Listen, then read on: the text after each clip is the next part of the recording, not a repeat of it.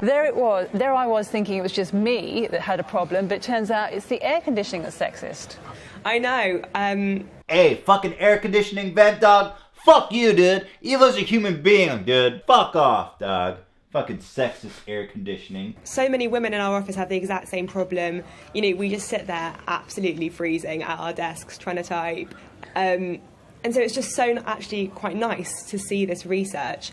It's just such a relief to know that there's actually proof that this is happening, that women, you know, do feel the cold more than men.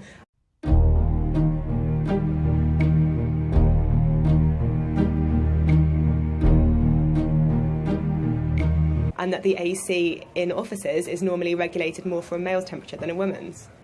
And it's an explanation for these constant battles you'll see in offices right across the country between the sexes for control of that office thermostat. Yeah, exactly. And I think, you know, one of the biggest problems is that often in offices, it is men who control temperatures. You know, that's just something I've found anecdotally. And because majority of the men in offices seem to be absolutely fine with the temperatures, you know, women kind of just sit there on the corner feeling absolutely frozen. You're feeling frozen? Well, get ready for the burn. If you're too cold at work, stop wearing mini skirts and fucking tank tops, you silly bitch. You know, we joke at work that we actually can't dress fashionably anymore for summer because you actually just can't go in sandals. You can't go in a summer dress because you're going to have to put on the jumper or the emergency cardigan. Oh man, you can't dress fashionably to work. You're gonna be too cold. You know what sucks? Going to work in a suit and socks and like 3 fucking layers because there's a dress code for men. I'm sure there's plenty of big fat sweaty pig men who would love to roll up in a sundress and sandals. You did this. How can anybody survive at this temperature? And, you know, often, like, actually, nothing's being done to help them. These women have been abused! Any men watching this, you're part of the fucking problem. And no, you don't get your own sauna, bitch. It is quite frustrating, especially when you then go out on your lunch break or your commute home and you're absolutely boiling outside. And I think there is a bit of a problem when it's warmer outside than it is inside your office. Sometimes outside it's below 75 and that's unacceptable. The sun is sexist. And I'm fucking sick of it. You piece of shit, dude. Sun, you sexist piece of shit. How dare you make it more than 75 degrees outside? I need to go on the news and talk about the sun is sexist. Hey, science! You invented the microwave 60 years ago so you could cook your hungry man's steak dinners, and you're just now getting around to my body. Thanks, science! I've been coming since 2004, and now, after 11 years, I finally know that is indeed what was happening. Turns out, I'm not just a fertile animal who's meant to scream only during childbirth. Oh! And thanks, science, for discovering my orgasm and then giving me tips on how to keep having them. Like that time you suggested that I surround myself with men because they get competitive and work harder to please me, therefore resulting in a better climax. Thanks, science, for assuming that I like to fuck men.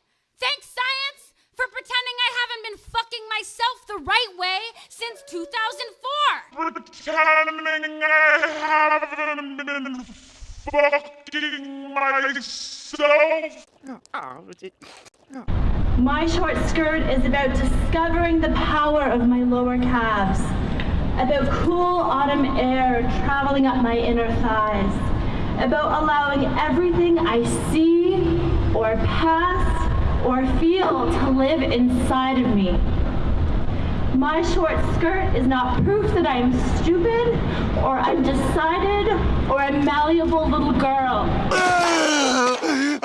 Oh God, why didn't anybody tell me? All of our best debates are always about policy, and it should be about policy that affects women specifically. The Romney campaign wants to talk about women and the economy. The women in this country still make 77 cents on the dollar for what men make. So if women don't make less than men? Actually, if you start looking at the numbers, Rachel, there are lots of reasons for that. Wait. Well, don't tell first me of the all, reasons are. Do women make less than men for doing the same work? He just said, actually, if you start looking at the numbers, there are lots of reasons for that. And she says, wait, don't tell me the reasons. She's on television wanting to debate without using any facts.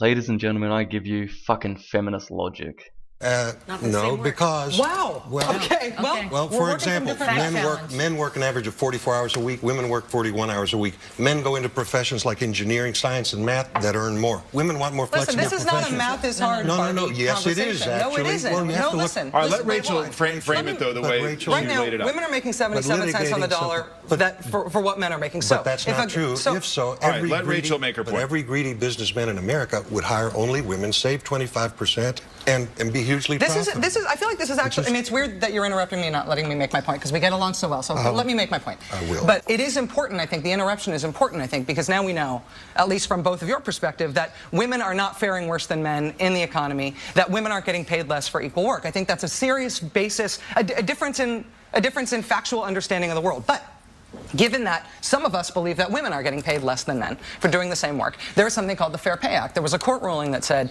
the statute of limitations, if you're getting paid less than a man, if you're subject really do face, that Republicans don't believe is happening. It's policy, is the argument. It's policy, and I love how passionate you are. I wish you were as right about what you're saying as you are passionate about it. I really do.